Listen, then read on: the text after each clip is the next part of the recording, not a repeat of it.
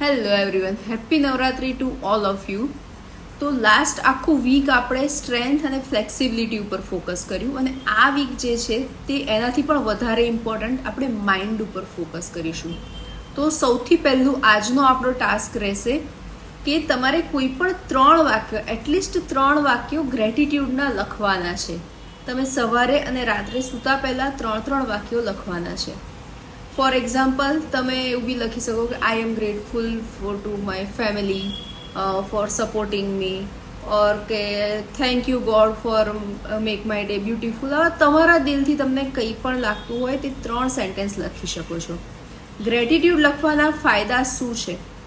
તો સૌથી પહેલું એ તમને જે નેગેટિવ માઇન્ડસેટ છે એનાથી પોઝિટિવિટી તરફ વાળે છે, તમને હેપીનેસ પ્રોવાઈડ કરે છે, તમારું માઇન્ડ પોઝિટિવ થશે એટલે તમારું સ્ટ્રેસ લેવલ રિડ્યુસ થાય છે. એની સાથે સાથે તમારું ફોકસ વધે છે. તમે આમાં કોઈ સ્પેસિફિક ગોલ હોય એ પણ લખી શકો છો. અને સૌથી ઇમ્પોર્ટન્ટ, મોસ્ટ ઓફ બધાને છે ને તો નેગેટિવ વસ્તુઓ જ પહેલી દેખાતી હોય છે. આપણે ફ્રી બેઠા હોય તો પણ આપણને નેગેટિવ વાતો જ માઇન્ડમાં આવે છે. તો એ નેગેટિવિટીને આપણા લાઈફમાંથી હટાવી અને પોઝિટિવિટી તરફ વાળવામાં આ ગ્રેટિટ્યૂડવાળા 3 સેન્ટેન્સ હેલ્પ કરશે. તો આજથી જ બને તો આ એક આદત બનાવો. મેં ખુદને આ એક્સપિરિયન્સ કરેલો છે. આ મારી ગ્રેટિટ્યૂડ લખવાની બુક બનાવેલી છે.